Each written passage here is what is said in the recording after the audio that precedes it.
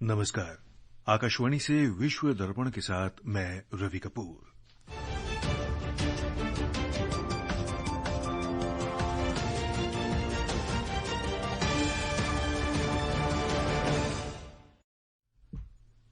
प्रधानमंत्री नरेंद्र मोदी आज दिल्ली में फिजी के प्रधानमंत्री सितिवेनी राबुका के साथ वार्ता करेंगे।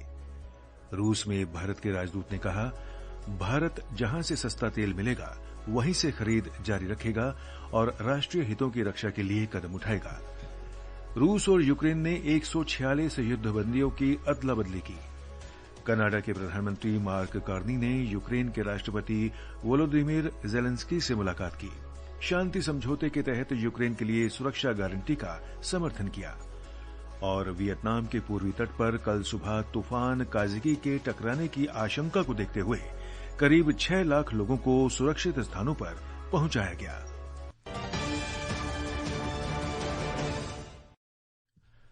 अब समाचार विस्तार से। प्रधानमंत्री नरेंद्र मोदी आज दिल्ली में फिजी के प्रधानमंत्री सितिवेनी राबुका के साथ वार्ता करेंगे। श्री मोदी फिजी के प्रधानमंत्री के सम्मान में आज दिन में भोज का आयोजन करेंगे। श्री राबुका 3 दिन की भारत यात्रा पर कल नई दिल्ली पहुंचे। हवाई अड्डे पर शिक्षा राज्य मंत्री सुकांत मजुमदार ने उनकी अगवानी की। श्री राबुका के साथ उनकी पत्नी सुलेती राबुका भी भारत आई हैं। प्रधानमंत्री राबुका की ये पहली भारत यात्रा है। हमारे संवाददाता ने बताया कि आज शाम श्री राबुका राष्ट्रपति द्रौपदी मुर्मू से मुलाकात करेंगे। भारत फिजी संबंध आपसी सम्मान, सहयोग और मजबूत सांस्कृतिक संबंधों पर आधारित है। फिजी के प्रधानमंत्री की यह यात्रा भारत और फिजी के बीच दीर्घकालिक और स्थायी संबंधों को रेखांकित करती है। यह सभी क्षेत्रों में द्विपक्षीय संबंधों को और मजबूत करने की दोनों देशों की निरंतर प्रतिबद्धता की भी पुष्टि करती है। वर्षों से फिजी के एक प्रमुख विकास साझेदार के रूप में भारत ने प्रमुख क्षेत्रों में, विशेषकर क्षमता निर्माण के क्षेत्र में राष्ट्र निर्माण के प्रयासों में फिजी का समर्थन किया है। कृषि, शिक्षा, स्वास्थ्य, सूचना प्रौद्योगिकी, सूक्ष्म लघु एवं मध्यम उद्यम, स्वच्छ ऊर्जा और मानवीय सहायता एवं आपदा राहत क्षेत्रों में सहयोग फिजी के साथ भारत की साझेदारी का एक प्रमुख स्तंभ है। रक्षा मंत्री राजनाथ सिंह ने कहा है कि भारत अपने पहले मानव युक्त अंतरिक्ष मिशन गगनयान के लिए पूरी तरह तैयार है। श्री सिंह ने नई दिल्ली में गगन यात्रियों ग्रुप कैप्टन शुभांशु शुक्ला, प्रशांत बालकृष्णन नायर, अजीत कृष्णन और अंगद प्रताप के लिए आयोजित सम्मान समारोह में कहा कि ये आत्मनिर्भर भारत की दिशा में नया अध्याय है।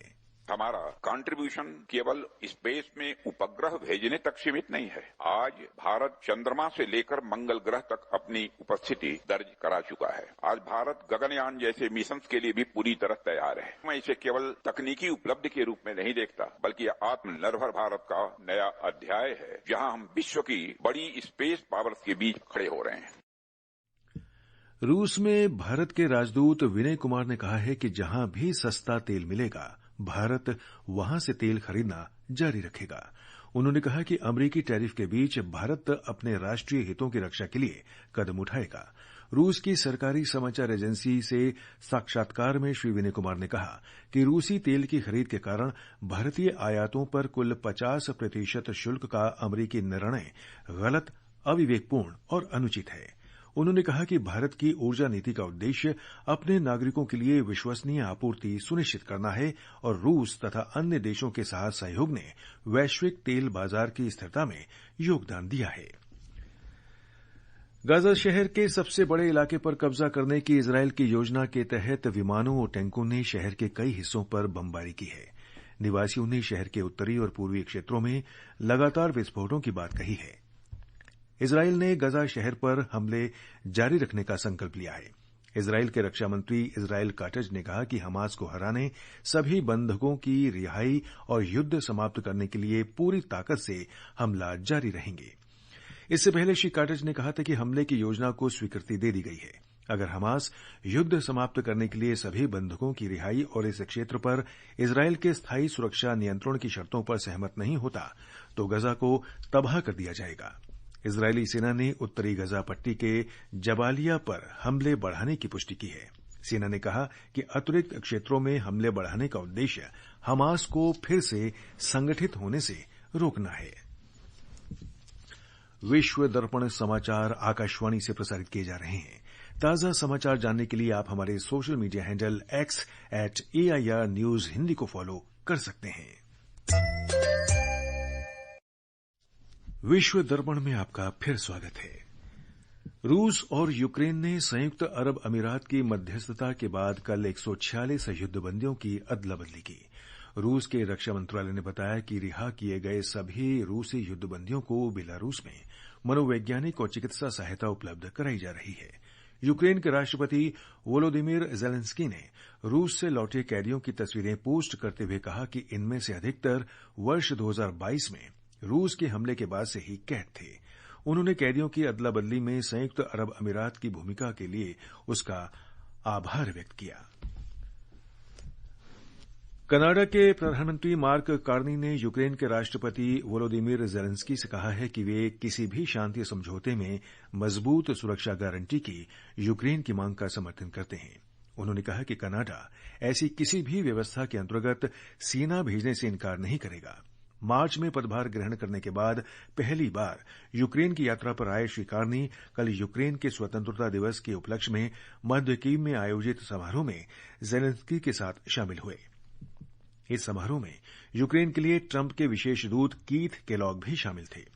यूक्रेन पर रूस के हमले के 3.5 साल बाद अमेरिका के राष्ट्रपति डोनाल्ड ट्रंप शांति प्रयासों का नेतृत्व कर रहे हैं और यूक्रेन अपने यूरोपीय सहयोगियों के साथ मिलकर यूक्रेन के लिए सुरक्षा गारंटी की संभावित रूपरेखा तैयार कर रहा है। वियतनाम ने तूफान काजिकी को देखते हुए 5,86,000 से अधिक लोगों को सुरक्षित स्थानों पर पहुंचाने का आदेश दिया है। तूफान के कारण 166 किलोमीटर प्रति घंटा की रफ्तार से आंधी चल रही है और आज वियतनाम पहुंचने से पहले इसके और तेज होने की आशंका है।